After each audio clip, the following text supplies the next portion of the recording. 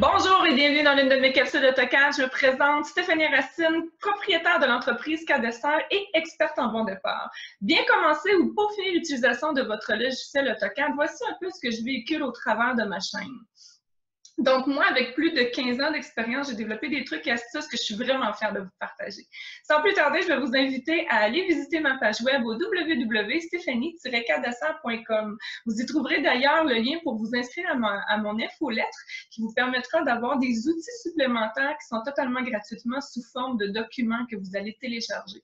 Également, vous avez le lien vers ma plateforme de formation. Si jamais vous avez des problèmes un peu plus cossus sur le logiciel, vous pouvez acheter un bloc d'1 heure pour que je puisse vous aider dans votre problème et le régler tout le monde ensemble par le biais justement de vidéos que l'on va faire avec partage d'écran, etc.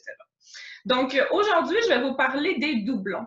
Parfois, on reçoit des petits documents ou des fichiers DWG que l'on ne souhaite pas nécessairement avoir tout plein de doublements de lignes l'une par-dessus l'autre.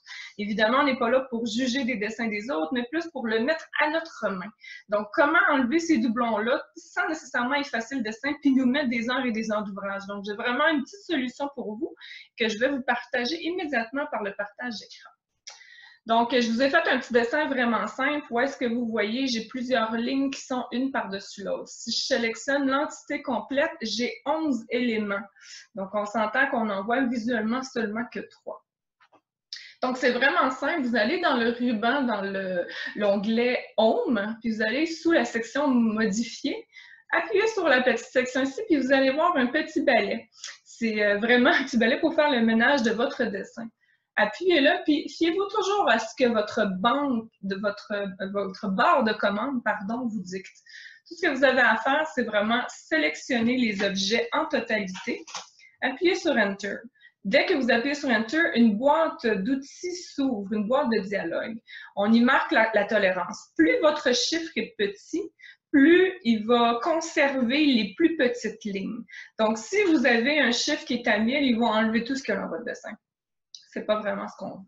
Ensuite, vous pouvez ignorer certains dessins, certaines propriétés de dessin. Donc, s'il y a des doublons qui sont un par-dessus l'autre, qui ont des layers différents, enlevez-les. Parce que vous allez vouloir garder les layers qui sont différents un par-dessus l'autre. Ensuite, ici, la première option, elle vous dit « Optimiser les segments au sens des polylignes ».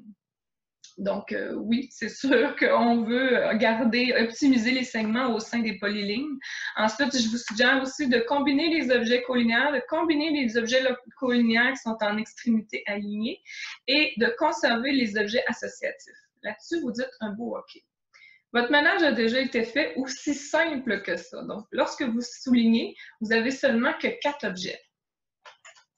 Là, ça va être de voir lesquels des objets qui ont été conservés. Ici, j'en ai 2. Donc, si j'en ai 2, c'est que je dois y avoir 2 lignes. Ah, ce n'était pas un polyligne. En fait, c'était 2 objets qui en faisaient un. Donc, ici, vous vous souvenez, j'avais un polyligne qui faisait ça comme ça. Lui, il a vraiment conservé le minimal. Donc, voilà ce qui fait le tour de ma capsule et de ma petite commande de doublons. Donc, j'espère qu'elle pourra vous aider. Puis, on se dit à la prochaine pour une prochaine capsule.